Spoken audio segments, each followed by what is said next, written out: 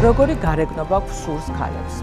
რა არის სილამაზის ის სტანდარტი, რომელიც გვაკმაყოფილებს? დღეს ჩვენ სტუდიაში მოისმენთ ისეთ ისტორიებს, რომლებმაც შესაძლოა გაგაბრაზოთ, დაგაფიქროთ საკუთარ თავზე და იმაზეც ხომ არ დაგიშვიათ მსგავსი შეცდომა. დარწმუნებული ვარ, ზოგიერთი თქვენთაგანი ამ ისტორიებში საკუთარ თავსაც დაინახავს. ვიქნები გულწრფელი და გეტყვით, რომ ამ გადაცემაში სილამაზის საერთო სტანდარტებზე ვერ ჩამოვყალიბდებით. რადგან მიმაჩნია, რომ რამდენი ადამიანის არის, იმდენი აზრია სილამაზეზე. თუმცა, ჩვენ შეგვიძლია და აუცილებელიც კია ვიმსჯელოთ იმაზე, თუ რა გავლენას ახდენს საზოგადოების აზრი ჩვენს პირად აღქმაზე. როგორ გვაიძულებს ის ხშირად საკუთარ სხეულთან ბრძოლას და როგორ შეიძლება ვიპოვოთ გზა შინაგანი ჰარმონიისკენ. მე სალომე გოგიაშვილი ვარ და ჩვენ ვიწყებთ. ვინც ასეთი მსუქანი იქნებით, სავარჯიშოდ აღარ მოხვიდეთ. ეს სიტყვები 17 წლის ნინამ ბალეტის ქორეოგრაფისგან მაშინ მოისმინა, როცა 47 კილოგრამს იწონიდა. თუმცა რამდენს იწონიდა, რა მნიშვნელობა აქვს? ამ ფრაზის ავტორმა მაშინ ალბათ ვერც კი გაიაზრა, რომ ეს სიტყვები გახდებოდა მაპროვოცირებელი იმისა, რომ 24 წლის ასაკში ნინას უკვე ანორექსიის 3 მძიმე ეპიზოდი ექნებოდა. იყო 38 კილოგრამამდე. ეს იყო ნამდვილი ბრძოლა გადარჩენისთვის. დღეს კი ნინა აქ არის, რადგან შეძლო ფეხზე დადგომა, გაძლიერება, ახლა საკუთარ გამოცდილებას გვიზიარებს, რათა სხვებსაც დაეხმაროს სილამაზის იმ ილუზორულ სტანდარტებთან გამკლავებაში, რომლებსაც გარემო გვახვევს თავს. ნინა, მოგესალმებით, გთხოვთ მოგზავნდეთ. გამარჯობა. ძალიან სასიამოვნო, ძალიან ლამაზი ხარ. მადლობა. და რაც თავარია, ძალიან ძლიერი გოგო ხარ. მადლობა. ნინა, სანამ შემოხვიდოდი ჩვენთან სტუდიაში, მე მაყურებელს გავაცანი შენი ისტორია ძალიან მოკლედ. და მივხვდი, რომ ეს იყო ბალეტის მასწავლებლის ბრალი, რომელიც შეიძლება დღესაც ვერ ხვდება, რა გამოიწვია მისმა არასწორმა ნათქვამმა ფრაზამ. მოდი ახლა შენ მოგვიყევი, საიდან დაიწყო, რატომ დაიწყო და როგორ მოხდა ეს ყველაფერი? თავიდან 16 წელი ბალეტს ვცეკვავდი. როდესაც უკვე ქორეოგრაფიულში ჩავაბარე, მან ყავდა კაცი ლექტორი, რომელიც თავდაპირველად ბალეტს გვასწავლიდა.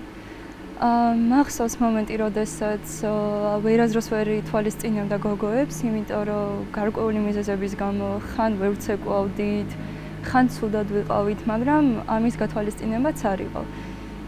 ერთ-ერთ დღეს, როდესაც პირველი გაკვეთილი ისევ ბალეტი გვქონდა, მაგ დღეს, რა თქმა უნდა, დილას ნაჭამი ვიყავი. ვერ ვიტყვი, რომ ძალიან ბევრი ვჭამე, მაგრამ პირველი კურსი, მეორე კურსი და მესამე კურსის შეკრიბა, რის შედეგადაც შუაში დამაყენა და მაგ მომენტში ვიფიქრე, რომ როგორც იქნა შემაქებენ, მაგრამ სულ საპირისპირო რეაქცია მივიღე. მაგ დროს განაცხადა, რომ თუ ოდეს მე კიდე მაგის გაკვეთილზე ესეთი მსუქანი მოვა, როგორც მე, მიუხედავად იმისა, რომ მაშინ 47 კილო ვიყავი, შეგვიძლია აღარ დავესწროთ მის გაკვეთილებს. რა თქმა უნდა, მაგის შემდეგ ძალიან რთული იყო შენი სხეული აღიქვა, რომ ნორმალური წონა გაქვს, იმიტომ რომ ძალიან ბევრ გოგოს შეექმნა მაგის გამო პრობლემა, ჩემ კურსზე ვინც იყო. ერთ-ერთ გოგოს ბულიმია ჰქონდა, მე ანორექსია მქონდა და ზოგადად ადამიანები ვერ ითვალისწინებენ იმას, რას ფიქრობენ. და ეგ ყველაფერი მოდის იქიდან, რომ არაკომპეტენტური ადამიანები გვიდგას წინ, რომლებიც ვერ იაზრებენ ერთ მამაგათმა სიტყვამ, როგორ შეიძლება შეცვალოს ადამიანის ცხოვრება. ეს ადამიანი დღეს ისევ პედაგოგია და ისევ ასწავლის ბალეტს? სამწუხაროდ ეგ ინფორმაცია არ მაქვს, იმიტომ რომ ტრავმა, როდესაც მივიღე ქორეოგრაფიულში აღარ დავდიოდი, რადგან 8 თვე მქონდა აღდგენითი პროცესი, კუნთოვანი ქსოვილები მქონდა გახლეჩილი, კვებითი აშლილობა მქონდა და უკვე ბალეტისთვის ნამდვილად აღარ მეცვალა მაგ მომენტში, ამიტომ არც კი დავინტერესებული ვარ ეგ ადამიანი ისევ მანდ არის თუ აღარ. ის 3 ეპიზოდი, რომელიც შენ გაიარე. და როგორ დააღწიე ამ ანორექსიის 3 ეპიზოდს თავი? პირველი ეპიზოდი ბალეტის გამო იყო, მეორე ეპიზოდი იყო, რომ მეგობარი დაუკარგე. მესამე ეპიზოდიც მაგის გამო იყო, რომ კიდე ერთი მეგობარი გარდამეცვალა, სამწუხაროდ ბოლო ადამიანი იყო ჩემი ბავშვობის მეგობარი, რის შედეგადაც ორივე თვალის ბადურა ჩამეშალა და 3 ოპერაცია გავიკეთე, რის შედეგადაც საჭმელზე უარი ვთქვი, იმიტომ კი არა, რომ უკვე სხეულზე იყო პრობლემა, ან რამე მითხრა, რომ აი მსუქანი ხარ ან რამე მსგავსი, არა, მანდ უკვე ის იყო, რომ არაფრის მიმართ სურვილი აღარ გაქვს. და არა მარტო ვიღაცის ნათქვამი მიგიყვანს მაგ მდგომარეობამდე, არამედ საკუთარი თავიც მიგიყვანს მაგ მდგომარეობამდე, იმიტომ რომ კომფორტულად ხარ მაშინ, როდესაც ყველაფრის მიმართ დისტანციას იჭერ. და უბრალოდ შენ თავში არ ყვევს საერთოდ რა გინდა და რისთვის გინდა ეგ ყველაფერი. სამწუხაროდ მე მქონდა ამის გამოცდილება, იმიტომ რომ ჩემ შულსაც იგივე პრობლემა ჰქონდა და ეს არის კატასტროფა. ამ დროს მაინტერესებს მშობლებთან შენი კომუნიკაცია. ანუ მე ხარ მოვყვები ჩვენთან რა ხდებოდა, მაგრამ ძალიან მაინტერესებს შენი მაგალითი, იმიტომ რომ რაღაცა პარალელები მინდა გავავლო, რამდენად სწორად ვიქცეოდი, ან არ მოვიქცე. ზოგადად მე ძალიან დისტანციური ადამიანი ვარ, არც მეგობრებთან, არც მშობლებთან არ ვიტყოდი, რომ რამე პრობლემა მაქვს. იმიტომ რომ ბავშვობიდანვე მაქვს ეგეთი ხასიათი, რომ რამე პრობლემა როცა მაქვს, ჩემით უნდა მოვაგვარო ეგ პრობლემა. თავიდან არაფერს არ ვეუბნებოდი, უკვე მე მამა ჩემი თვითონ ხვდებოდა, რომ ძალიან გამხდარი ვარ უკვე. და სულ ცდილობდა რომ დამხმარებოდა, მაგრამ ის დახმარება, რომელსაც ცდილობდა, ჩემთვის გამოუსადეგარი იყო. ძალიან ვაფასებ მამაჩემს, ძალიან ვაფასებ დედაჩემს, ძალიან ვაფასებ ჩემს მეგობრებს. რომ ცდილობა გქონდათ, რომ დამხმარებოდნენ, მაგრამ ჩვენი მცდელობები არის ხანდახან საზიანი.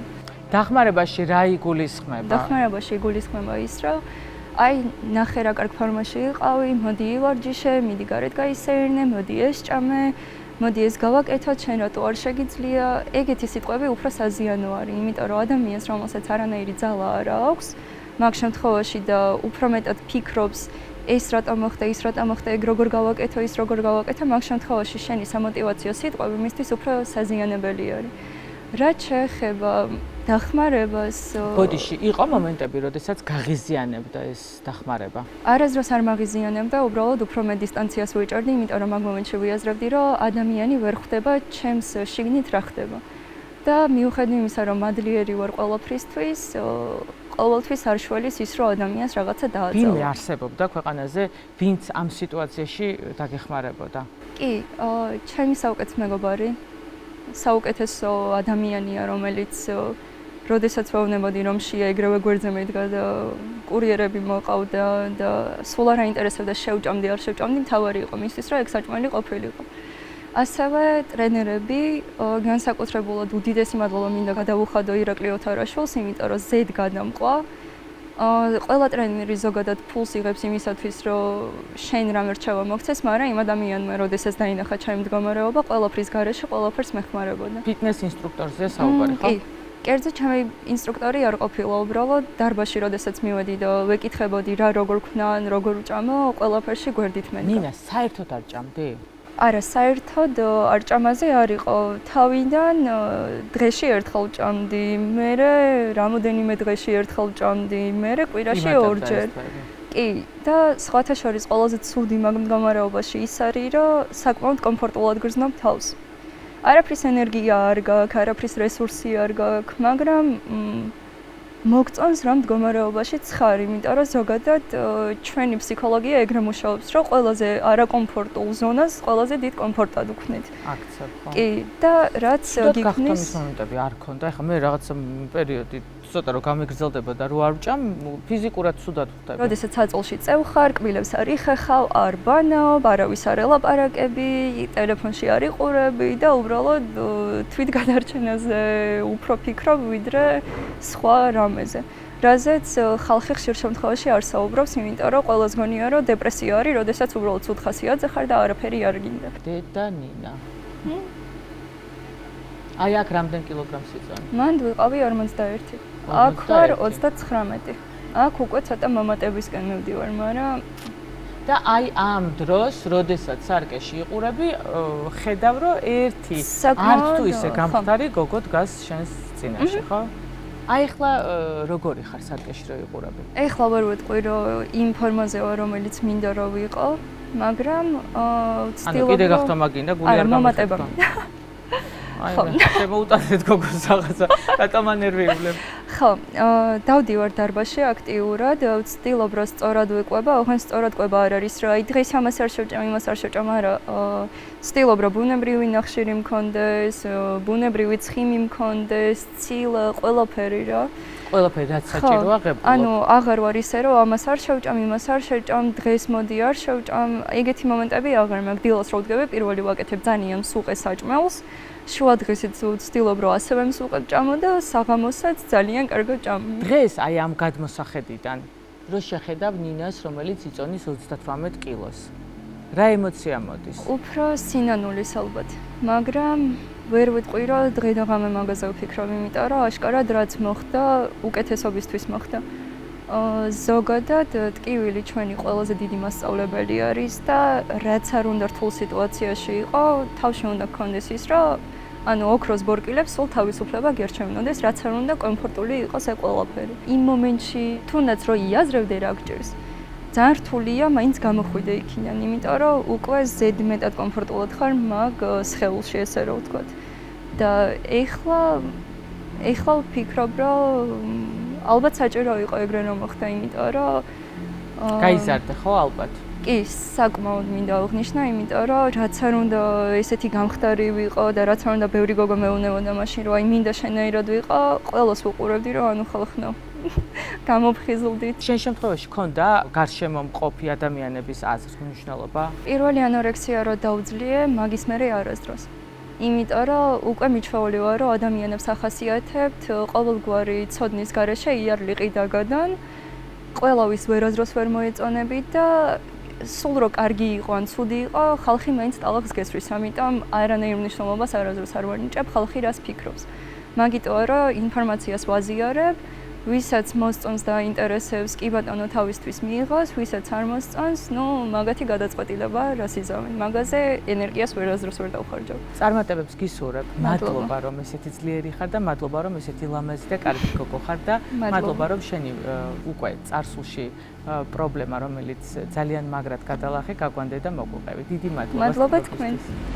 ვერ ვხედავდი ვერაფერს, არ იყო საავადმყოფოში სარკეები, არც მაჩვენებდნენ, ვერ დგებოდი მე თვითონ, ხალი გახსნილი ჭიპი, დიასახლისის სახლში რო უკეთ დაჭრის ხორცს. ერთი და იგივე ექიმი აკეთებს ბარიატრიასაც, პლასტიკასაც და დიახ, აქვს ამის ლიცენზია. სავარაუდოდ არ. თანამედროვე საზოგადოებაში პლასტიკური ქირურგიისკენ მიმართვის მიზეზები ხშირად ცილდება ესთეტიკურ საჭიროებებს. პაციენტები ხშირად საუბრობენ ისეთ ფაქტორებზე, როგორიცაა ქალური შური, სანაცნობო წრეში არსებული კონკურენცია, ახალგაზრდა იერის შენარჩუნება და წლების მატებასთან დაკავშირებული პირადი განცდები. სად გადის ზღვარი მოთხოვნასა და საჭიროებას შორის? ამაზე სასაუბრო დღეს სტუდიაში მოვიწვიეთ პლასტიკური ქირურგი, ძალიან ცნობილი ქალბატონი ციცინო შურღაია. მობრძანეთ ქალბატონო ციცინო. გამარჯობა, ძალიან დიდი მადლობა მობრძანებისთვის, ფანტასტიკურად გამოიყურეთ. ვაიმე, თქვენ დიდი მადლობა. ჩემთვის ძალიან დიდი კომპლიმენტია თქვენგან მით უმეტეს შექება. ესე იგი, ყველაფერი სწორად მაქვს გაკეთებული.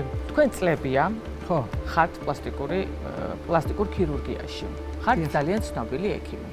ძალიან ბევრი ქალბატონი გაგილამაზებიათ, კაცებიც ალბათ, უბრალოდ ამაზე არ ვსაუბრობთ ხოლმე, კაცები ხო ძალიან მალავენ ამ ყველაფერს. როგორი იყო სტანდარტები მაშინ და როგორია ახლა? ძალიან საინტერესო, იმიტომ რომ ახლა ყველა სხვა დანაშაულებენ, რომ ყველა ერთმანეთს გავხართ, თუმცა რაც არის ახლა მოდაში, ხო, რა ვიცი, ალბათ მაგას მიყვები. რა არის ახლა მოდაში მართლა მაინტერესებს, რომ ჩემზე არის ხოლმე ძირითადად საშინელ კრიტიკის ქარცეცხლში მატარებენ ხოლმე, რომ ძალიან არ მიხდება რაც გავიკეთეთ. თქვენ მართალი ხართ, იმიტომ რომ სილამაზის სტანდარტები არის დამოკიდებული ბევრ რაღაცაზე. დროზე, რომელ დროში ვცხოვრობთ, რომელ რასას მივეკუთვნებით ჩვენ, რა პროფესიის ვართ, რა მოთხოვნას უყენებთ ჩვენ გარეგნულად, ჩვენ საკუთარ თავს.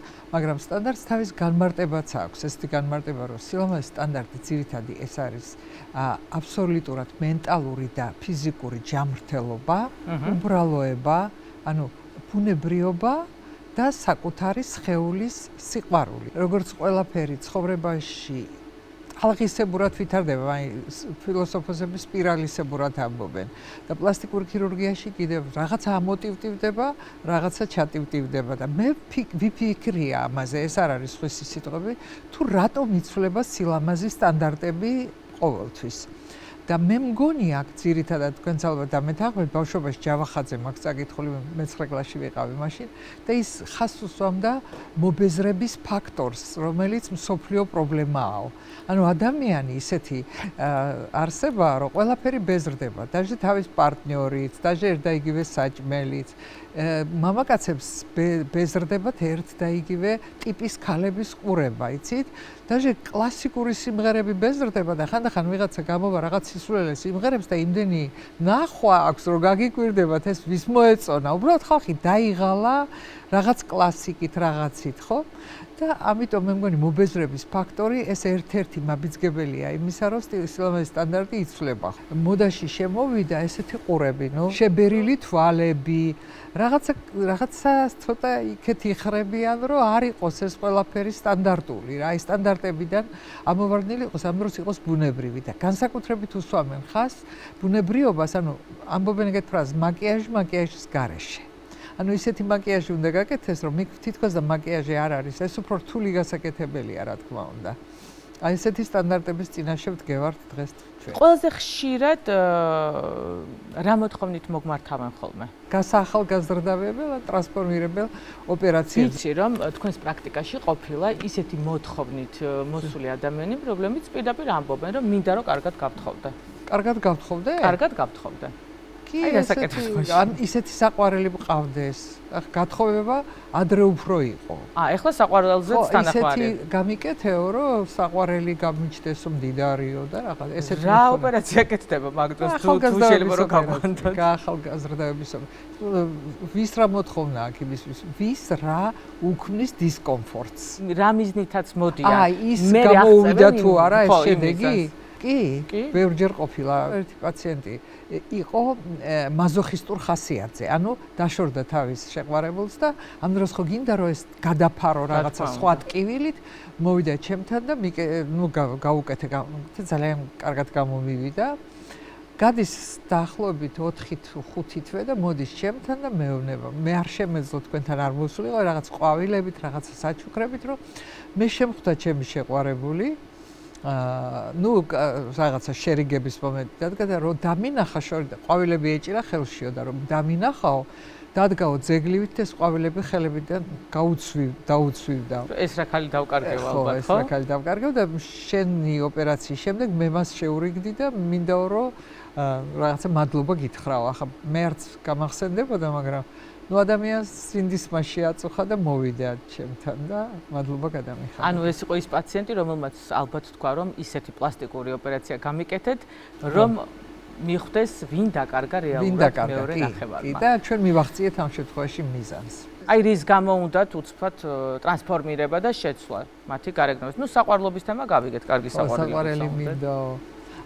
უცნაური მიზეზი იყო. ესეც მოვიდა ერთი ქალბატონი და როგორც კი ბერდებიო, მსგავსები დედასო. დედას ორგანულად ვერ ვიტანო. და ძალიან გთხოვთ, რომ კი არ მარტო კი არ გამახალგაზრდავო, შემცვალე კიდეც, რომ მე სარკეში დედას არ ხედავდე ყოველდღეო. რაც არ უნდა გავიკეთო, რაც არ უნდა ვთქვა, ყოველთვის არიან იმ ადამიანების ჯგუფი, რომლებიც მხოლოდ ნეგატივს ხედავენ და ერთი სული აქვთ, რომ გაგაკრიტიკონ. თქვენ განცხადებებსაც ხშირად მოყვება ხოლმე ბულინგიც და კრიტიკის ხალხში გატარება. მე რას გავხარ შენ, ესეთო შენ, ისეთო. თქვენს გარეგნობაზე რას გეუბნებოდნენ? მე რას გიგავს თავი თუ მე შევიმოწმე ანთროპოლოგიურად და თავი გაქვს თურმე მსხვილი ტანთან შედარება. არ მოქმედებს რომ მითხარით და მაინც არა, არ მოქმედია, მაგრამ შევიმოწმე იქნებ მე ვერ ხედავ რა ვიცი ახლა პლასტიკური ქირურგი. მე მივხვდი რომ ეს ის კატეგორია ხალხი იყო. იცით, ადრე იყო ესეთი სტანდარტი თუ ესეთი მოდელი, როდესაც ექიმს არ ქონდა უფლება ეთქვა დიაგნოზი პაციენტისთვის. მოდით მოვილაპარაკოთ, რომ ფრაზა, რომელიც მე ვთქვი, ჩემთვის იყო სახელმძღვანელო ფრაზა. ბავშვობიდან ძალიან ბევრ ფრაზებს ვიმახსოვრებ ხოლმე. რაღაცა ჩამრჩება ხოლმე ფრაზა და ეს უნდა ჩარჩენილი. მე შემიძლია ვიყო მსუქანი და ბევრ გამხდარ ადამიანს შეუძლია იყოს მსუქანი. პირიქით მსუქნებს ნაკლებად შეუძლია იყვნენ გამხდარი, მაგრამ რაღაც იწონა. ხო. მაგრამ იქნებ ისინი კომფორტულად გრძნობენ თავს. კი, კომფორტულად კი გრძნობენ თავს, მაგრამ ეს იმას არ ნიშნავს, რომ სიმსუქნე არ არის დიაგნოზი. სიმსუქნე არის ისეთი დიაგნოზი, რომელიც იწვევს კიდევ 200 დაავადებას. და თუ კი ადამიანებს დღეს არ უნდა თავის დიაგნოზის მოსმენა და იქნებ რომელიმე მათგანმა რაღაცა მოიმოქმედოს, რაღაცა გააკეთოს იმისათვის, რომ ეს არ კონდეს, იმიტომ რომ მე არ კონდეს ის 200 დაავადება. როგორ ფიქრობთ? აი ეს ფრაზა რომ ისე გაგეშალეთ და გეთქვათ, რომ ჭარბი წონა, იმიტომ რომ ჭარბი წონა იწვევს რიგით ბევრ დაავადებებს, უმჯობესი იქნება რომ ადამიანმა თქვათ აკონტროლოს მისი კვების რაციონი, რომ ამ შედეგამდე არ მივიდეს, მაგრამ თქვათ არ გაგემახვილებინათ ინტელექტზე ყურადღება. აი მე მგონია რომ ამან ინტელექტუალი, ინტელიგენტი წერია და მე ვთქვი ინტელექტუალი, მაგრამ რაღაცა ყველაფერში მოზომილი ხომ უნდა იყო. აი ბევრი ეძებს ამ გამოსავალს, მაგრამ ბევრი ვერ პოულობს და მე მივხვდი რომ ეს ხალხი იყო, რომელიც გაღიზიანდა, რომელიც აქედან გამოსავალს არ ეძებს და მე არ ვიცოდი რამდენად ბევრი იყო ეს ხალხი და ის ხალხი, რომელსაც არ სურს დიაგნოზის მოსმენა, არ სურს რაიმე გააკეთოს. თუ კი იმ ადამიანებს, რომლებიც მე მაბულინგებდნენ, სურთ გახდომა, მაშინ პირველი საშუალება იყოს ის ფრაზა, რომელიც მე ვთქვი და ვიღაცას რომ მაინც დავეხმარო, უამრავი ადამიანი მყავს, რომელსაც გაუხანგძლივე სამსახიობო ცხოვრების ვადა, დაუბრუნე თავისი საყვარელი ადამიანი, ბევრი და თუ კი აი ამ ფრაზას რომელიმე გამოიყენებს იმისთვის, რომ შემდგომში თავიდან აიცილოს ის უამრავი დაავადებები, მე კიდე დამაბულინგო, მე ამას ავიტან, მაგრამ დარწმუნებული ვარ, რადგანაც ბევრს მოხდა გულზე, ესე იგი გამოჩნდნენ ადამიანები, რომლებიც რაღაცაზე დაფიქრდნენ და ეს უკვე დიდი პლუსია. თუმცა არიან ისეთი ადამიანები, რომლებიც ყველანაირ წონაში ძალიან კომფორტულად გრძნობენ საკუთარ თავთან თავს და არიან სრულ ჰარმონიაში. აი სწორედ ესეთი სტუმარი ყავს დღეს ჩვენ სტუდიაში, რომელიც ახლა ცოტა ხანში შემოგვიერთდება და გავიგებთ მისგან უკვე უშუალოდ შეგრძნებებს, იმ ემოციებს, თქვათ, რასაც გადიოდა და გადის ახლა. ჩვენ შემოგვიერთდება სოფო ნურაშვილი. ვაუ, სალამე, ულამაზესი ბრძანდები. ეს როგორ მოვახერხეთ? ხო, იმენს გლოვაფი. გამარჯობა. მოგესალმებით. ესე იგი, შესანი გლოვაფი არ ვიცი. ძალიან დიდი. რეალობაში უფრო ლამაზი ბრძანდებით მინდა გითხრათ, ოღონდ ეს გულიდან წამოსული სიტყვებია. ვაუ. დიდი მადლობა, თუმცა იქ ალბათონმა ციცნობ როგორც ახსენა, არსებობენ ადამიანები, რომლებიც მუდმივად უკმაყოფილო არიან თავისი გარეგნობით. თქვენ თუ ხართ ახლა ჰარმონიაში? ძალიან ჰარმონიაში ვარ, იმიტომ რომ მე იმ ხელაგზა გავიარე ზუსტად იმ მდგომარეობამდე მოსასვლელად, რაც ძალიან ბევრ გოგონას საქართველოში აი ესე ჰაერიდან დაეცა, სილამაზეზე მაქვს საუბარი და არაფასებენ და ზოგადად დაკვირვებული ვარ, რომ ლამაზ ქალებს უფრო მეტი კომპლექსები აწუხებთ, ვიდრე ისეთ ქალებს, რომლებიც საკუთარ თავს ლამაზად არ თვლიან ხოლმე. მოდი აი ესე რომ ვთქვა და ციტირება არ მოხდეს სხვანაირად ამ სიტყვების. საიდან დავიწყოთ მოკლედ? ბარიატრიიდან ხომ ვახსენეთ სიმსუქნე, ხომ ასეა? იწონიდი 140 კილოს და იყავი ძალიან კომფორტულად. დიახ. ტყუილია. არ არის ეს ტყუილი, იმიტომ რომ ვცეკვავდი კიდევაც, სპორტითაც ვიყავი დაკავებული, ვმუშაობდი კიდევაც საკმაოდ რთულ გრაფიკში. საჭმელი ამ დროს ჩემთვის ასოცირდებოდა ბედნიერებასთან. ერთი სული მქონდა სახლში წამოსულიყავი, რომ მე მაგალითად ის junk food-ი მიმერთვა. არც არაფერი არ მაწუხებდა, სხვათა შორის, გარდა შემდგომ უკვე 140, აი ნახეთ როგორი ამბავია. დავიკლებდი ორ თვეში 40 კილოგრამს შიმშილით, დიეტებით და ალბათ ჩემზე გამძლე ადამიანი ამ საკითხში მე არც მეგულება, მაგრამ სხვებისთვის მე მაინც ვიყავი სუსტი ადამიანი, რომელიც თავს არ იკავებს ჭამაზე. იმიტომ რომ ისინი ხედავდნენ ამას, ისინი ვერ ხედავდნენ ჩემს წვალებას, მე როგორ ვცდილობდი რომ ჭარბი წონა დამეკლო. მე 100 კილოზე რომ ავედი. კომფორტულად, იმიტომ რომ ნახეთ როგორი ამბავია, ყველა რომ მიგითითებს, სუქანი ხარ. მე ვიცი რომ მე მსუქანი ვარ, მე მაქვს არკე სახში, მე ამის აღქმა მაქვს, მაგრამ ჩემთვის იმ მომენტში გარეგნობა არ იყო პრიორიტეტი. მიმიხვდით? ეხლა ჭარბწონიანობა არის დაავადება, მე ამაში გეთახმებით, დავეთახმები. ასაცმლის ყიდვა იყო ძალიან რთული, იმიტომ რომ საქართველოში არ არის ჭარბწონიანი ადამიანებისთვის ასეთი კომფორტი შექმნილი. ერთ-ერთი გადაწყვეტილება, რაც მე მივიღე, იყო ბარიატრიული ქირურგია. რატომ? შაქარი როგორ გქონდათ? შაქარი მე მქონდა მიდრეკილება, პრედიაბეტი, დიაბეტისკენ, რა თქმა უნდა, დიაბეტი არ მქონია არასდროს. მეორე ტიპისაც არა. არა, მეორე ტიპისაც არა, პრედიაბეტობისკენ ინსულინ რეზისტენტობა დამიდგინეს. ხა თავისთავად დამიდგენდნენ ამას. ბოდიში უნდა გაგაწყვეტოთ, ანუ აი ხა რასაც ვისმენ, ძალიან ყურადღებით ვისმენ თქვენს მოყოლილს. ანუ ნაწილობრივ ესე იგი ეთანხმებით ქალბატონი ციცინოს იმ ფრაზას, რომელზედაც ატყდა ერთი ამბავი. ფრაზა რო გამიმეოროთ. ჩემ ფრაზა არ არის. ტოლსტოის დათქვამია და ვაიმე, ტოლსტოი ცნობილია ქალთმოძულეობით, თავის ცოლს ისე საშილად ექცეოდა სოფიას, რომ ჩემთვის ტოლსტოის შედევრიც მასთან ერთად დაიკარგა. როგორ ვთქვა? ანა კარენინა ვერ ატანჯა ანა კარენინა ძალიან თავის ნაწარმოებში. ინტელიგენტი ადამიანი იშვიათად არის მსუქანიო რა. იშვიათად არის მსუქანი, მაგრამ ჩერჩილი ბენთუქიძე, ძალიან ბევრი ჭარბწონიანი ადამიანი, ვინც რომელიც ძალიან ინტელექტუალური, შურს ისეთი ინტელექტუალები არიან. ვისაც ზედმეტი აქწონა, ზოგადად გვიან უბერდება სახის კანიც. ეს ისიც აქვთ. იმიტომ რომ ცხიმია, მაგრამ არსებობს უამრავი სახის ცხიმი, საჭირო ცხიმი, არასაჭირო ცხიმი. კი, არა, ხო, რა თქმა უნდა, გამომშრალი კანი არ აქვს. მე უბრალოდ ინტელექტის მომენტში არ ვეთანხმები, იმიტომ რომ ძალიან ისედაც ჩვენი ტანჯვა გყოფნის. მე ყოველთვის ვიძახი ბოდიში რომ გაწყვეტებთ, ყოველთვის ვიძახი რომ მე ვარ გამხდარი გოგო, მსუქანი გოგოს მენტალიტეტი. მე დღემდე არ მაქვს გააზრებული რომ ეს ძალიან ცუდად უბრუნდებათ, რომ მაინც გონია შენ თავი მსუქანი, ხო?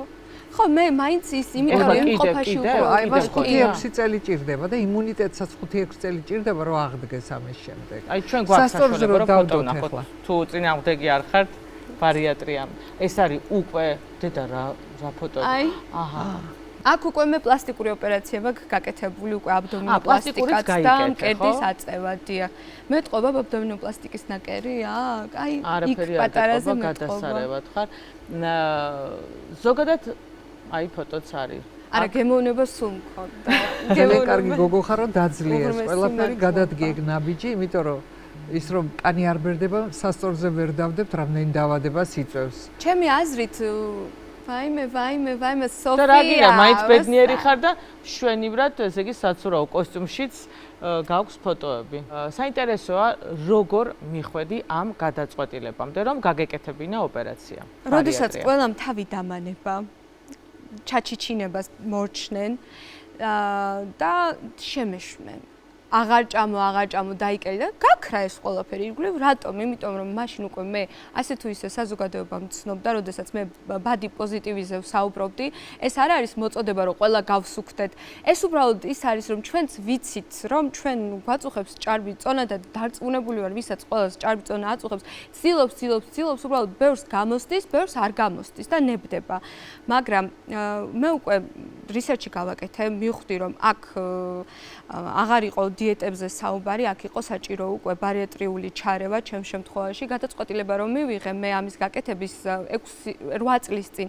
ჯერ ესე ცნობილი არ იყო ბარიატრია და მაშინ ერთადერთი რასაც ვიგებ, ეგ არის ოპერაცია ცუდია, დაღი დაადეს მაშინ 8 წლის წინ მაქვს საუბარი. 2 წელი გადავდა, იმიტომ რომ დედაჩემმა გამაჩერა. მაგრამ სანამ კოვიდი დაიწყებოდა, აი მართლა რომ ყველამ თავი დამანება და ყველა გამეშვა და უკვე გადაიტანეს ყურადღება, უკვე მე ჩემს საქმეს მივხედე, მარტო მივედი, იმიტომ რომ მაშინ არ უშვებდნენ ესე კოვიდის პერიოდში არავის ავადმყოფოებში, გავიკეთე ოპერაცია. არც ტკივილი, არც არაფერი, ერთადერთი 5 დღე შემწვარი კვერცხი მელადებოდა მართალია და მაინც გინდოდა ხო ფსიქოლოგიურად, ფსიქოლოგიურად მაინც მინდოდა, მაგრამ მე ბარიატრიის ძალიან მადლიერი ვარ, მაგრამ მე რომ მეგონა რომ დავიკელი 80 კილო 7 თვეში და მორჩა ეს ასე არ არის, 6 წელია მე ამას ვინარჩუნებ, ამას ჭირდება შენარჩუნება აუცილებლად. ამით ხდება ბარიატრიის მერბერს. შიში გაქვს მომენტი, რომ იქ აღარ დაბრუნდე. ხო? და რა თქმა უნდა, დღეს მაგალითად მე ვჭამ იმისთვის, რომ მქონდეს ენერგია, მანამდე ვჭამდი იმისთვის, რომ მქონოდა სიამოვნება, მაგრამ ისიც და ესეც it's my business, ანუ ჩემი საქმეა, ჩემს ხელს რას ვუზა. შემდეგ რომ მეგონა რომ მე გავედი finish line-ზე, მე უფრო მომიწია სხეულის დახურვა. მე უფრო ვერ გავდიოდი ვერც საცურაო აუზში, ვერ ვიცვამდი ვერანაირ მომდგარს, არა და ვიყავი 58 კილოგრამი. რატომ?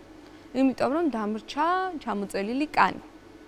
გამიმართლა რომ მესახეზე არ დამრჩა ეს კანი, რა თქმა უნდა, მაგრამ ჩამოწერილი კარზე იმხელა აგრესია იყო და ისეთი სახეები იყო, როცა მოვიდომებდი სადმე გასვლას და რამე მოტკეცილს ჩავიცვამდი, ან მიწერდნენ ორსულად, ხა რატო გაქვს ეს მუცელი. მუცელი არ მქონდა, ეს იყო ზედმეტი კანი. ამ ზედმეტი კანისთვის უფრო მეტი ბულინგი მივიღეთ, ან მაშინ უფრო გავხდით ცნობადიც და საზოგადოებამ რუსთავი 2-დან მაშინ უფრო გამიცოდა, მიყურებდნენ სავი თვე ლაივ რეჟიმში. პლასტიკის გარეშე ის შედეგი არ დგება, რისთვისაც თავდაპირველად იკეთებთ ამ ოპერაციას. რაც მე მეგონა, სხვათა შორის კი. რამდენი ოპერაცია დაგჭირდა? ბარიატრიის შემდგომ მე გავიკეთე ეგრეთ წოდებული mommy makeover-ი, ანუ ეს არის ოპერაციათა ერთობლიობა. ამ შემთხვევაში იყო აბდომინოპლასტიკა, მუცლის კუნთების ბადე ნაკერით მოჭიმვით, ვაზერო ლიპოსაქციით, ზედმეტი კანის მოჭრით, მკერდის აწევა უვადო იმპლანტების კუნთის ქვემოთ ჩადებით. ნაკერებით უკმაყოფილო ხართ? თუ პირიქით. უნდა გაჩვენოთ ჩემი ნაკერები. აუცილებლად, ძალიან საინტერესო. აი ქალბატონ ციცინოს ალბათ უფრო ჩემი აბდომინოპლასტიკის ნაკერი. კარგია, როგორ შეაფასებთ? კარგია, ხო? შვენიერი ნაკერია. რა იყო ის მოულოდნელობა, რასაც არ ელოდებოდით ოპერაციის შემდეგ? ყველაზე რთულად, ემოციურად რისთვისაც არ იყავით მზად? ფუ, ჩემ ბანკის ანგარიშს მაგდენი ნული თუ დააკლდებოდა, ბანკისთვის არ ვიყავი. ძალიან ძვირი დაგიждდებოდა საზღვარგარეთ. არა, სხვათა შორის ფსიქოლოგიურად რა იყო, რასაც არ ელოდებოდი? მე იმდენად საჯაროდ მოვყევი ჩემი თითოეული გზა, რასაც არ ველოდი, ეს იყო მილიონობით ნახვები ამ ვიდეოებზე, იმიტომ რომ პირველივე დღეს ვცეკვავდი, როგორც ქალბატონმა ციცინამ აღნიშნა. ერთ თვეში დავიწყე უკვე ვარჯიშიც და მეათე დღეს მე უკვე ივენტზე წავედი საცეკვავდა. ანუ მარტივად ძალიან მარტივად. რატომ? იმიტომ რომ მაინდსეტი მქონდა.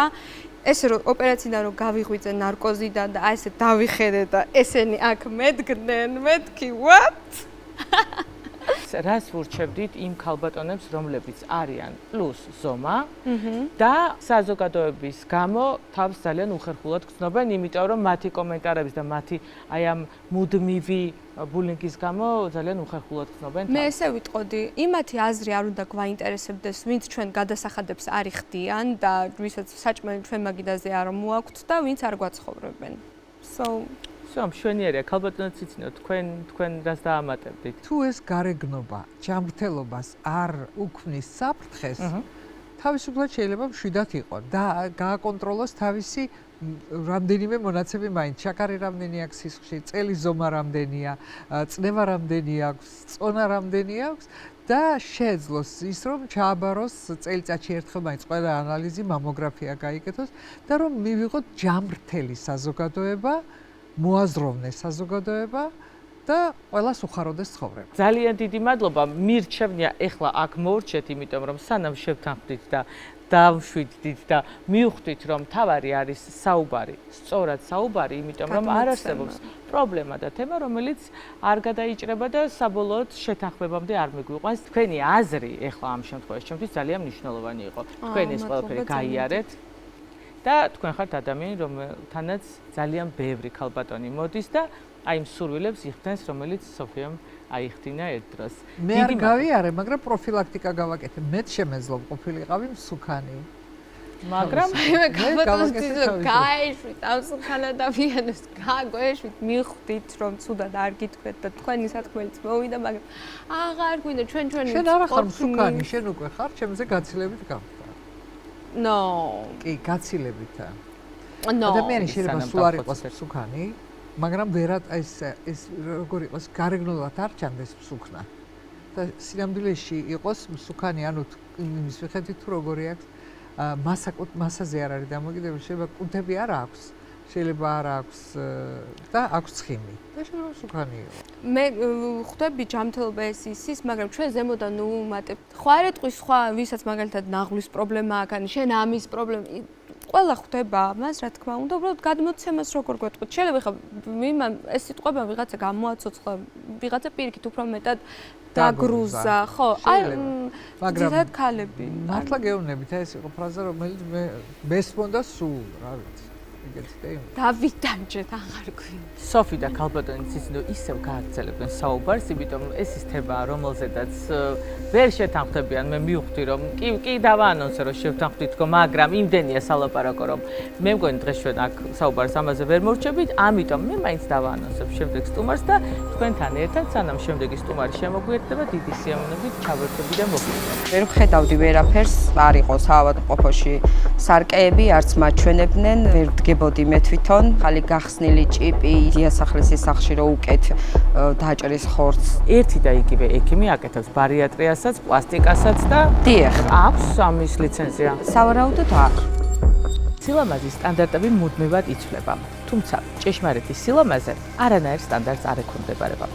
სწორედ ამის მაგალითია ჩვენი შემდეგი სტუმარი, რომელიც ბუნებრიობას ანიჭებს უპირატესობას და ამ დრომდე მის გარეგნობაში ცვლილება არ შეუტანია.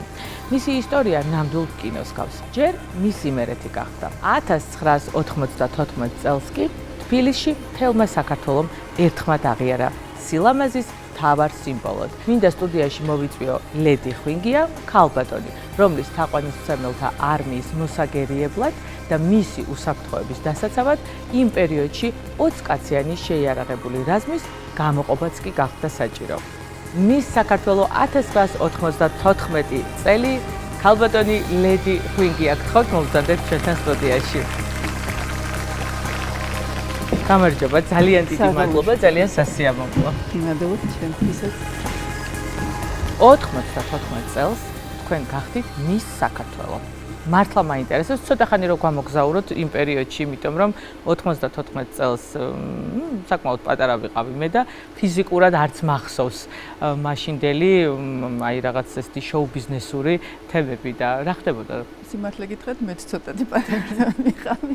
მე ვიყავი 16 წლის, როდესაც გავხდი მის საქართველოს. დაახლოებით მაინც გეცოდინებათ და გვახსოვს, ეს იყო ბნელი 90-იანები, როგორც ამას ხშირად უწოდებენ, თუმცა საკმაოდ ხალისიანი ალბათ, იმიტომ რომ ძალიან დატვირთული იყო სხვადასხვა ტიპის ძალიან საინტერესო ღონისძიებებით.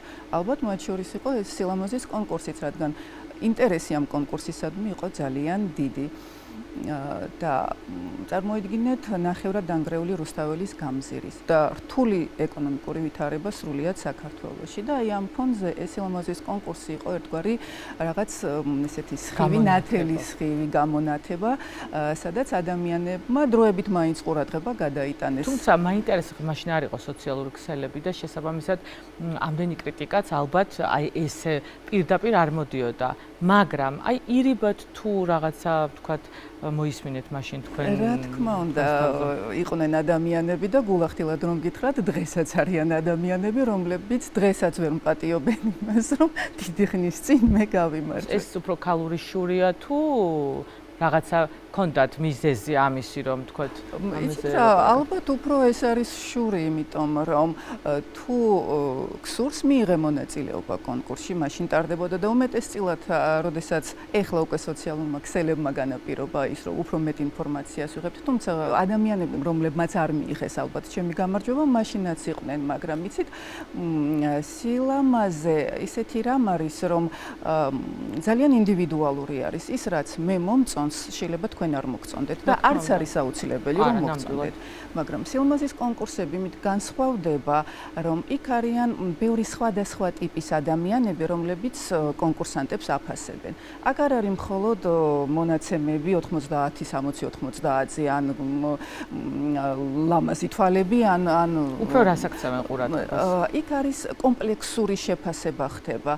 კონკურსამდე მანამ სანამ მაყურებელი იხილავს საბოლოო შედეგს, მანამ ხდება შესარჩევი ტურების დროს ჟიურის წევრები მოდიოდნენ, გვაკვირდებოდნენ, როგორი ურთიერთობა აქვთ კონკურსანტებს ერთმანეთთან. იქ ფასდება ჩაცმულობა, იქ ფასდება ის ყველაფერი, განსხვავებით ეხლანდელი კონკურსანტებისაგან, ჩვენ თავად გვიწევდა ამ ჩაცმულობის მომზადება, მაკიაჟი, ვარცხნილ, ყველაფერი ჩვენივე მოსაწესრიგებელი იყო.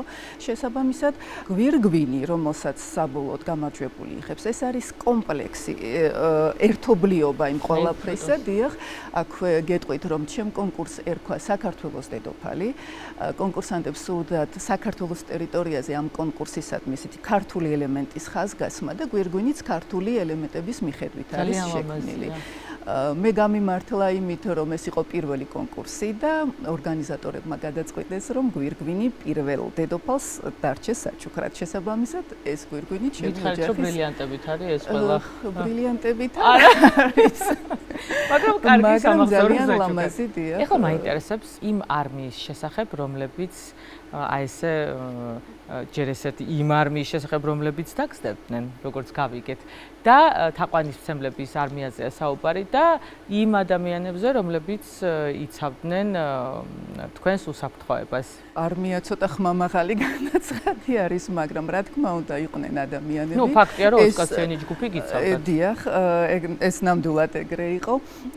ნუ რა თქმა უნდა, სილამაზის კონკურსები განაპირობებს იმას, რომ იმატებს ხოლმე თაყვანისმცემელთა რიცხვი და ალბათ ჩემ შემთხვევაშიც ეს არ იყო გამონაკლისი. მაგრამ იყო ის, რომ ესა თუ ის ადამიანები მოდიოდნენ, ყოველ შემთხვევაში მცდელობა ჰქონდათ სახლში მოსulis, იქ საჩუქრების გადაცემის, ეს იყო ტკბილეულობა თუ ყვავილები, მაგრამ ნუ ზოგჯერ ეს იღებდა არც თუ ისე სასიამოვნო ხასიათს.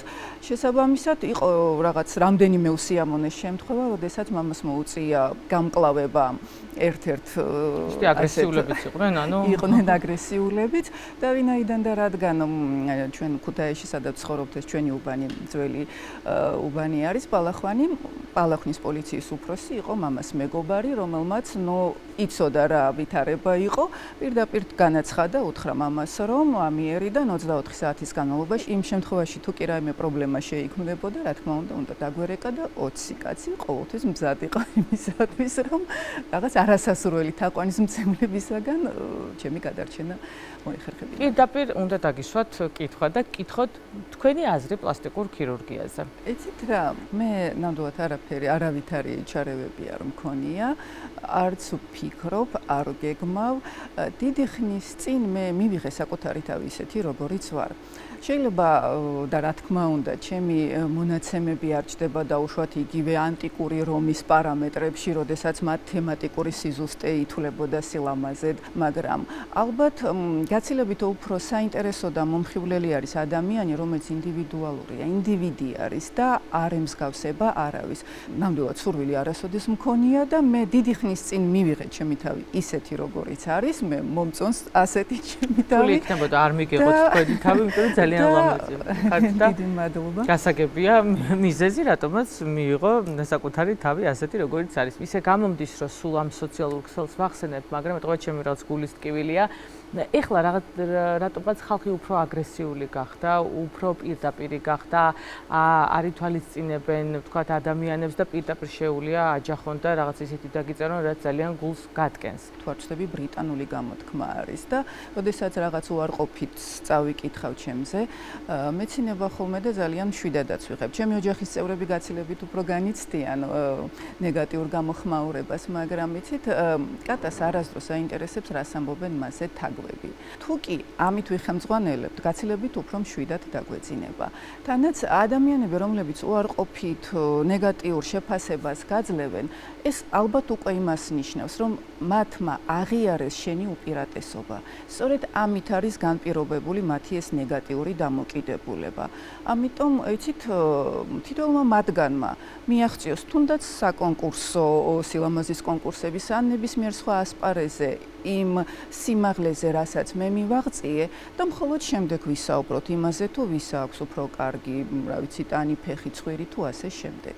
ამიტომ არ ვაქცევ ამას ყურადღებას, ნაკლებ ყურადღებას ვაქცევ და ისაუბრონ, რა კი საუბრობენ ზურგს უკან, უკვე იმას ნიშნავს, რომ წინა ვარ. რას ეტყოდით იმ ქალბატონებს, რომლებიც მაინც ფიქრობენ, რომ კონკრეტულ რაღაც სტანდარტებში უნდა ჩაჯდნენ იმისთვის, რომ მიაღწიონ თუნდაც წარმატებას, ან ვაღიაროთ, რომ ისინი ძალიან ლამაზები არიან. ერთადერთი ადამიანი, რომელსაც ჩვენ ყველაზე ხშირად ვხედავთ, არის საკუთარი თავი, რომელსაც ყოველ დღე ერთხელ მაინც ვხედავთ სარკეში. შესაბამისად, ყოველ დღე ალბათ ჩვენ თვითონვე უნდა ვაღიაროთ, ვიპოვოთ საკუთარ თავში სიძლიერე იმისა, რომ ვაღიაროთ, რომ ვართ ძალიან კარგები, ძალიან ლამაზები და ეს იქნება არაჩვეულებრივი სტიმული იმისა, რომ დღის განმავლობაში, ცხოვრების განმავლობაში გაცილებით უფრო ბედნიერად და კარგად ვიცხოვროთ. თუნდაც იმიტომ, რომ რომ გადავხედოთ ბოლო წლების თუნდაც ტენდენციებს, იმ ფაქტებს, რომ ადამიანები ქალები ცდილობენ თავიანთ გარეგნობაში ცვლილებები შეიტანონ რისთვის? იმისთვის, რომ მამაკაცებს თავი მოაწონონ, ხო? თუ კი ჩვენშივე ვიპოვით იმ ძალას, რომ მივიღოთ საკუთარი თავი ისეთი, როგორიც ვართ და მას შევიყვარებთ, დარწმუნებული ვარ, თითოეულ ქალს ექნება იმის ძალა, რომ ამაში სხვა დანარჩენი, მათ შორის მამაკაცები, მათ შორის ადამიანები საზოგადოება დაარწმუნოს. ძალიან დიდი მადლობა, თქვენ მე 100% დამარწმუნეთ, რომ თავარი არის შინაგანი კულტურა, ინტელექტი და აი ეს აურა თავარი, რაც თქვენ დღეს ჩვენთან სტუდიაში შემოიტანეთ და ყველაფერი ერთად ჰარმონიაში და მე ახლა ხვდები თქვენი წარმატების ფორმულა რა იყო, გარდა იმისა, რომ ულამაზესი ხართ, შინაგანად იმდენად ეს ყველაფერი კომპლექსურია, რომ 100%-იანი უნდა ყოფილიყავით გამარჯვებული. ძალიან დიდი მადლობა, რომ დაგვიშვენეთ სტუდია, იყავით დღევანდელი ჩვენი გადაცემის სტუმარი და წარმატებებს გისურვებთ. მადლობა თქვენც ასევე. მადლობა. ახლა კი მინდა გაგაცნოთ ჯეინ დავითაძე. გოგონა ბათუმიდან. მას პლასტიკური ქირურგიის კუთხით საკმაოდ მძიმე გამოცდილება აქვს. 3 ოპერაცია. 3 იმედგაცრუება და გზა ჯეინის ოცნებიდან კოშმარამდე. როგორ იქცა პლასტიკური ქირურგია ჯეინისთვის ცხოვრების ყველაზე ცუდ გამოცდილებად? ამას თავად მისგან მოისმენთ. ჯეინ, გთხოვთ მომბრძანდეთ. გამარჯობა. ძალიან სასიამოვნოა. ძალიან ლამაზი სახელი გქვიათ, დაბრძანდით. როგორ ხართ? მადლობთ, კარგად. ვიცით, რომ ბათუმიდან სპეციალურად ჩვენი გადაცემისთვის ჩამოვგზავნით. როგორ იმგზავრეთ თავდაპირველად? მადლობა, კარგად, ნორმალურად. ჩვენმა ტელემაყურებელმა, რომელმაც უნდა გაგიცნოთ, თავდაპირველად უნდა გაიგონ, ვინ არის ჩვენი დღევანდელი სტუმარი და რატომ, რაც თავარია. ჯეინი დავითაძე 32 წლის ბათუმიდან, საკმაოდ მძიმე გამოცდილებით პლასტიკურ ქირურგიასთან. რატომ გახდა საჭირო ზოგადად პლასტიკური ქირურგიისთვის მიმართვა? დაახლოებით 8 წლის წინ გავიკეთე ჭარბი წონის გამო ბარიატრიული ქირურგია. დავიკელე დაახლოებით 65 კილოგრამი. რამდენ კილოს იწონით უკაცრავად? 130. გავიკეთე ბარიატრიული ქირურგია. დაახლოებით 2 წლის შემდეგ გადავწყვიტე, რომ მჭირდებოდა მუცლის პლასტიკა. გამომდინარე იქედან, რომ პლასტიკური ქირურგია საკმაოდ ძვირი ფუფუნებაა, გადავწყვიტე ისევ ჩემს ქირურგთან მივსულიყავი და მეკითხა ფასი, ანუ მისთვის ან ფასი და გააკეთებდა თუ არა საერთოდ ამ ოპერაციას. დიახ, ზოგადი ქირურგი, არა პლასტიკური ქირურგი, ზოგადი ქირურგი, რომელმაც გამიკეთა ანუ არა ბარიატრიული. ვინც ბარიატრია გაგიკეთათ. დიახ, ვინც ბარიატრია. დიახ, ერთი და იგივე ადამიანი. დავუკავშირდი, მითხრა, რომ საზღვარგარეთ იყო დროებით, ჩამოვიდოდა, მაგრამ იმდენად ძალიან მინდოდა და ასე შემდეგ, რომ გადავწყვიტე სხვა ექიმისთვისაც მეკითხა, ისევ იმავე კლინიკაში, სადაც ვიყავი, სხვა ქირურგისთვის. გავესაუბრე ქირურგს. ბოდიში უკაცრავად რა რაღაც გაურკვევლობა რო არ იყოს. ანუ ერთი და იგივე ექიმი აკეთებს ბარიატრიასაც, პლასტიკასაც და დიახ, დამთანხმდა გავაკეთებ. დიახ, არასოდეს ერთია, მაგრამ აქვს ამის ლიცენზია? სავარაუდოდ არ. საინტერესო ამბავ და მივდივართ. კი, მაგრამ რატო არ გაარკვიეთ? იმიტომ რომ ხა ოპერაცია მაინც სურო ყველაზე მარტივი იყოს, მაინც ოპერაცია. ბოდიშის მოხდით, მაგრამ მაყურებელსაც გაუჩნდება ეს კითხვა. უბრალოდ, ნუ კიდევ ერთხელ ვიტყვი, გამომდინარე იქედან, რომ ანუ ვერ შევწუდებოდი იმ დროს, აი ვთქვათ, პირობითად 10,000, 15,000-ის ფარგლებში მერყეობდა სპეციალისტთან ეს ოპერაცია. ამიტომ გადავწყვიტე, ანუ მე თვითონაც მივხვდი, რომ ანუ შედარებით იაფად შემეძლო გამეკეთებინა იქ, სადაც არ აკეთებდნენ ამას. მაგრამ რადგანაც საკმაოდ წარმატებული, გამოცდილი და ასე შემდეგ ზოგადი ქირურგი იყო, ასე ვთქვათ, ვენდე მის სიტყვას, რომ თავისუფლად შეეძლო გამოესწორებინა ის, რაც მე მაწუხებდა. ჩვენ არ ვასახელებთ არ კონკრეტულად ვასახელებთ, ქირურგის დიახ. სახელს და გვარს, თუმცა რეალური ისტორიაა და მოვისმენთ. ეს ექიმი როგორც ვთქვი, ანუ მივლინებით იყო წასული საზღვარგარეთ და ისევ იმავე განყოფილების სხვა ზოგადმა ქირურგმა, ისიც ასევე საკმაოდ წარმატებული და ცნობილი თავის საქმეში, ზოგადი ქირურგის საქმეში, ოღონდ არა პლასტიკურ ქირურგიაში. მითხრა რომ შეეძლო ჩემთვის ამ პრობლემის მოგვარება. ყოველგვარი ანალიზების და ყველაფრის გარეშე ჩვეულებრივად იმავე დღეს დაინიშნა ოპერაციის დღე. ქალი კამიკაძე ქვია ამას. ანალიზების გარეშე, კარგი, ეს ხუმრობით გავაგზავნით. ხო, აი ალბათ ასაკის ბრალიც იყო, შედარებით პატარა ვიყავი, რამდენი წლის იყავით? 26-ის ვიყავი. სურვილი ძალიან დიდი იყო და რაღაც ესეთი ნათელ და ფერად რა თქმა უნდა, ფერებში ვხედავდი ყველაფერს. ჩამიტარდა ოპერაცია. ვერ ვხედავდი ვერაფერს, არ იყო საავადმყოფოში სარკეები, არც მაჩვენებდნენ, ვერ ვდგებოდი მე თვითონ. ბოლოს როცა წამოვდექი, ნუ ესე მახსოვს, როცა დაღამდებოდა ხოლმე გავდიოდი, აი შუშიან კარს ვეძებდი, რომ აი სადმე დამენახა, როგორ მქონდა, აი არ მაძლევდნენ საშუალებას იმისას, რომ შემეხედა რა გამიკეთეს. და მე თვითონ ვერ აღვიქვავდი მწოლიარე მდგომარეობაში. ანუ ამ შემთხვევაში საუბარია მუცლის პლასტიკაზე, ხო? პლასტიკაზე, დიახ. ბარიატრიის შემდეგ მოგეშვათ კანი და იყო აუცილებლად ეს კანი მოსაშორებელი. მოსაშორებელი იყო.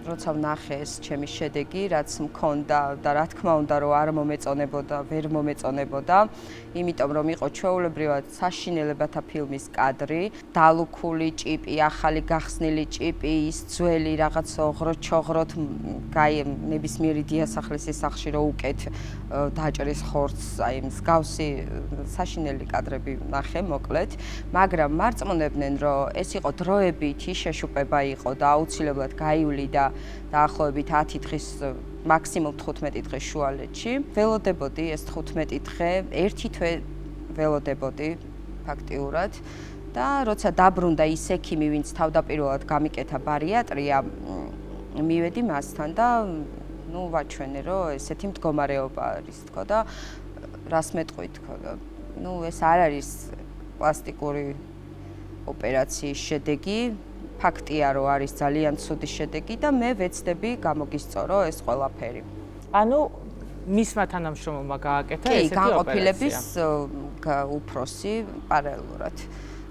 ეხლა ჩაერთვა მეორე პროფესიონალი. დიახ, აგრეთვე არ აქვს ლიცენზია, კი. და ის ექიმი, ვინც გამიკეთა, რატომღაც ძალიან გაბრაზდა ჩემი უკმაყოფილებით.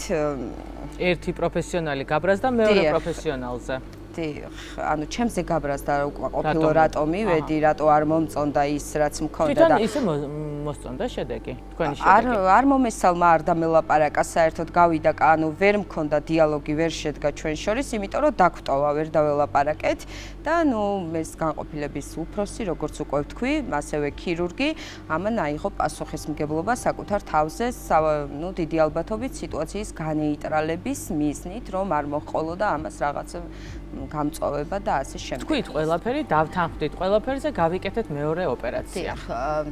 სარკე ისევ არ არის კლინიკაში. სარკე არ არის კლინიკაში, თუმცა ამჯერად ამ ქირურგმა მითხრა, რომ ეს ვერ იქნებოდა ერთჯერადი, ვერ გამოსწორდებოდა და სავარაუდოდ დამჭირდებოდა კიდევ შემდეგი ანუ მესამე ოპერაცია. რა თქმა უნდა, არ იყო არც 10 დღის შემდეგ, არც 20 დღის შემდეგ, რა თქმა უნდა, არ იყო ის შედეგი, რაც უნდა ყოფილიყო.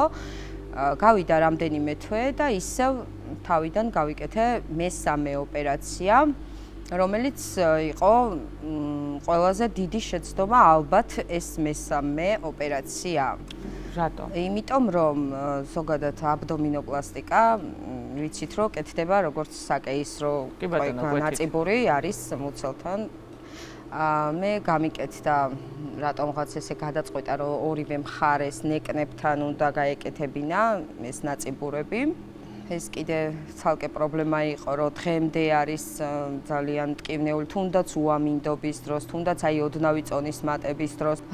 ნუ მივეჩვიეთ ამასაც, ის რომ თქვათ არა ნორმის ფარგლებში უკვე აღარ განლაგდება ცხიმი და არასწორად მიდის ზუსტად ამ ნაკერების გამო, აი ზემოთ თქვათ. შიგნით ეტყობა რაღაცა ისეთი დაზიანება მოხდა, რაც იწვევს ტკივილს, ხო? რა დაზიანდა, ხო არ გაგირკვევია?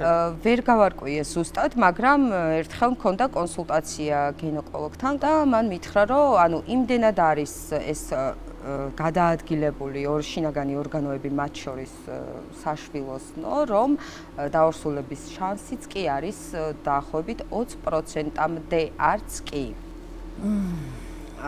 თუმცა ვერავინ ვერ იგებდა, სადაც არ უნდა მივსულიყავი ნებისმიერი სახის ექიმთან, თუნდაც უბრალოდ ეკოსკოპიაზე, ან ასე შემდეგ, ვერ იგებდა ვერავინ რა სახის ოპერაცია მქონდა გაკეთებული, არც პლასტიკურს გავდა, არაფერი, ანუ წარმოუდგენელი ისტორიას ყვებით, ანუ საშვილოსნო დაგიზიანეს მუცლის პლასტიკის გამო? დიახ, მათ ამის შესახებ არაფერი არ უთქვამთ და ნუ აზრიც აღარ ქონდა უკვე, იმიტომ რომ ყველაფერს აქვს ხანდაზმულობის ვადა, ზოგადად ამ ნუ ესე გამოვიდა, რომ 7 წელი ვიდექი ამ კლინიკის კართან და ყოველ 6 თვეში რაღაც ოპერაციას ვიკეთებდი.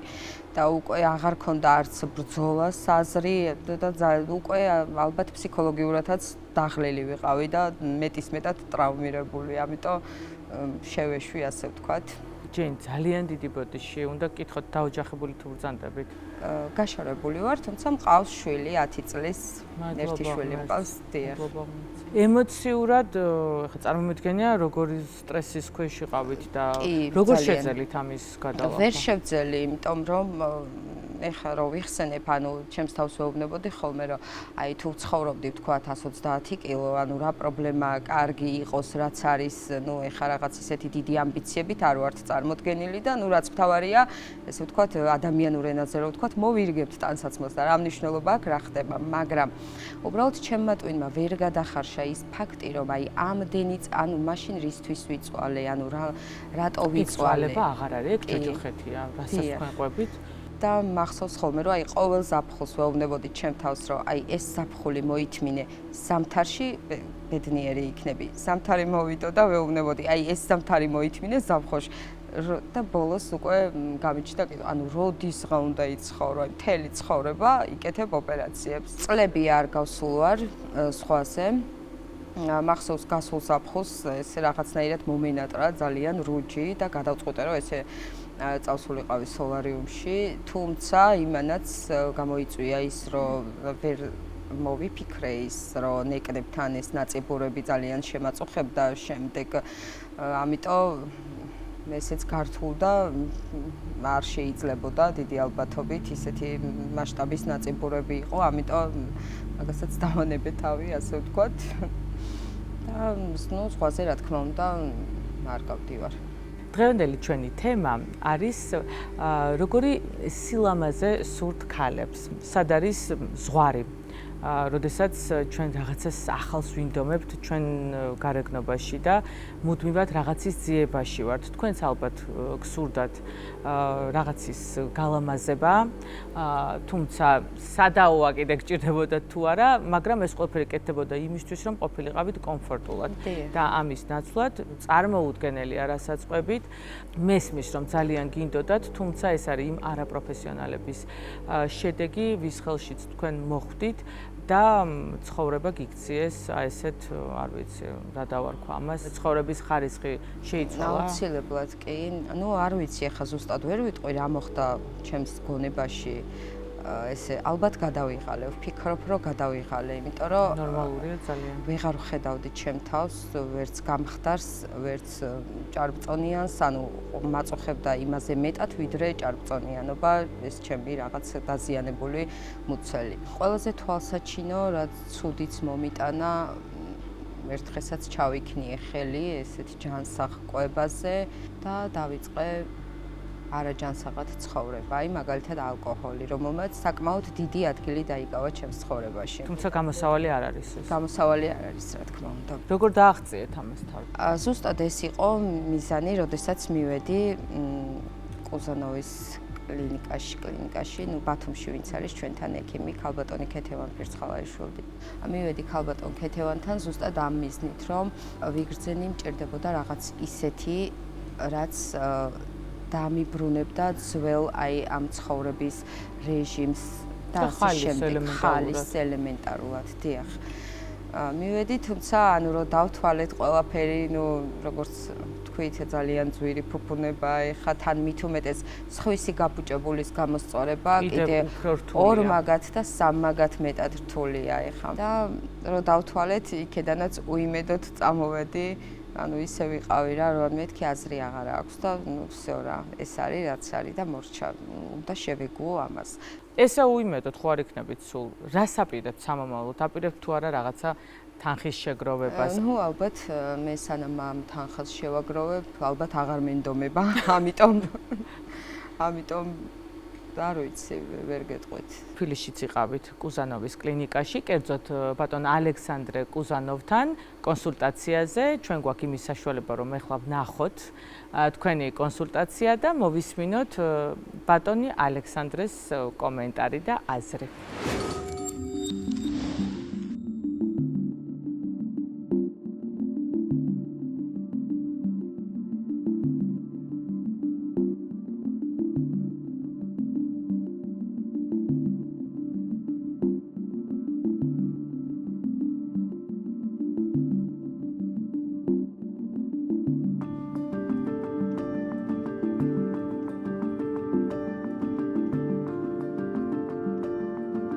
გამარჯობა, როგორ გძანდებით? მადლობთ თქვენ.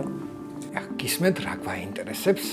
სამჯერ გავიკეთე აბდომინოპლასტიკა, თუმცა მანამდე იყო 8 წლის წინ ბარიატრიული ქირურგია, დაახლოებით 6-დან 1 წლის შუალედებში ესეთი თანმიმდევრობით, რომელიც ვერ გამიკეთდა კარგად.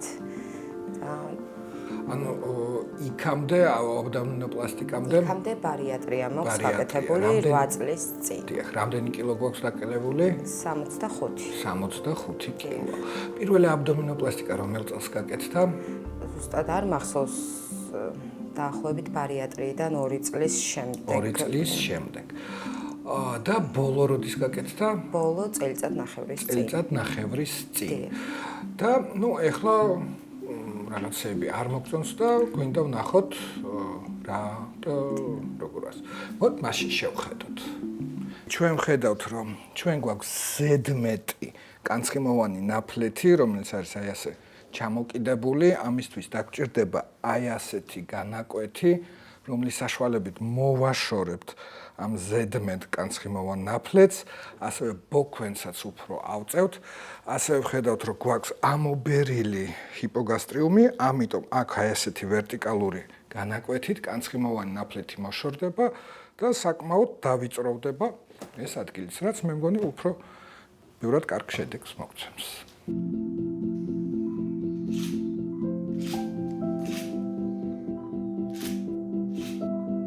მოდით ახლა შევხედოთ, ანუ დაახლოებით მსგავსი შემთხვევები, ანუ აბდომინოპლასტიკის როგორ შეიძლება მისი გამოსწორება. ეს არის ტრადიციული აბდომინოპლასტიკა, პირველადი, როცა თავიდანვე კეთდება, ვხედავთ, რომ საკმაოდ წელიც გამოყვანილია, ასევე მოშორებულია საკმაოდ დიდი მუცელი, ნახევარ პროფილშიც ვხედავთ, რომ კარგად წელიც გამოყვანილია და კარგად ჩანს. ეს არის უკვე ეს აკეისროს მერე დარჩენილი ნაწიბურები, რომლის მოშორება შესაძლებელია. ეს არის უფრო ბარიატრიის შემდგომი, როცა ესეთი დეფორმაციები არის, ანუ ამის გამოსწორებაც არის შესაძლებელი. მითხრეს, რომ დაახლოებით 3-ჯერ კიდევ შეიძლება დამჭირდეს, ანუ სხვა ექიმებმა და 3 ოპერაცია მე მგონი ჩვენ როგორც ვნახეთ, მე მგონი ჩვენ ერთ ოპერაციაში შევძლებთ ეს ყველაფერი რომ გავაკეთოთ და ერთი ოპერაცია გავჭიროთ. ერთს არ ველოდებოდი, ერთ ოპერაციაში თუ იყო შესაძლებელი. საჭიროა უნდა გაკეთდეს 2-იც და 3-იც, მაგრამ ჩვენ როგორც შევხედეთ, შესაძლებელია რომ ერთ ოპერაციაში გავაკეთოთ ეს ყველაფერი. ძალიან დიდი მადლობა კონსულტაციისთვის. ძალიან გამიხარდა, იმედის მომცემია ეს ამის გაგება, რომ არის შანსი ამის გამოსწორების მით უმეტეს ერთი ოპერაციის ხარჯზე. რა თქმა უნდა, მოიფიქრეთ, საჩქარო არაფერი არ არის და თუ გადაწყვეტავთ, ჩვენ წავიდეთ. როგორც იხილეთ, ბატონმა ალექსანდრემ ძალიან დაგვაიმედა და გითხრა, რომ პრობლემა გამოსწორებადია. შესაბამისად ის მზად არის, რომ ეს პრობლემა აღმოფხვრას. ძალიან დიდი მადლობა ბატონ ალექსანდრეს, მადლობა, თუმცა ამ ეტაპზე ვერ შევძლებ ამიტომ თუმცა მადლობა იმედისთვის. ამ ეტაპზე ალბათ თქვენთვის ესეც რაღაცნაირად პატარა სიხარულის ნაპერწკალსაც გააჩენდა, როდესმე ეს პრობლემა აუცილებლად გამოსწორდება. მადლობა სტუმრობისთვის. ძალიან დიდი მადლობა მოწვევისთვის. მადლობა. ნახვამდის. თუმცა ერთი წუთით ჯეინ, ხა რა გეგონა მართლა ესე გეგონა რომ ამხელა გზა იმიტომ გამოგატარე რომ ეს დამაიმედებელი სიტყვები მეთქვა და გამეშვი სტუდიიდან? ერთი წამი დაჯექი. ეხლა უნდა დაჭდე აუცილებლად. ჩემო საყვარელო. ჩემი გადაცემის მთავარი მიზანი მაყურებლამდე იმ ისტორიების მიტანა, რომელიც მათ შთააგონებთ და რომელიც მათ დააიმედებთ და ეტყვის, რომ უნდა იყვნენ ძლიერები. ეხლა მე მინდა რომ შენც იგივე გითხრა. თუმცა ეს მხოლოდ სიტყვებად რომ არ დარჩეს, კონსულტაციის შემდეგ უზანოვის კლინიკა დაგვიკავშირდა და გითხრა, რომ ოცნებებს მოცდა არ უყვარს. ხვდები რამე ეს? ანუ გადაცემა ამბავის და კლინიკის სახელით ოპერაციას სრულიად უსასყიდლოდ გაგიკეთებენ თავად ბატონი ალექსანდრე და ქეთი ფირცხალაიშვილი.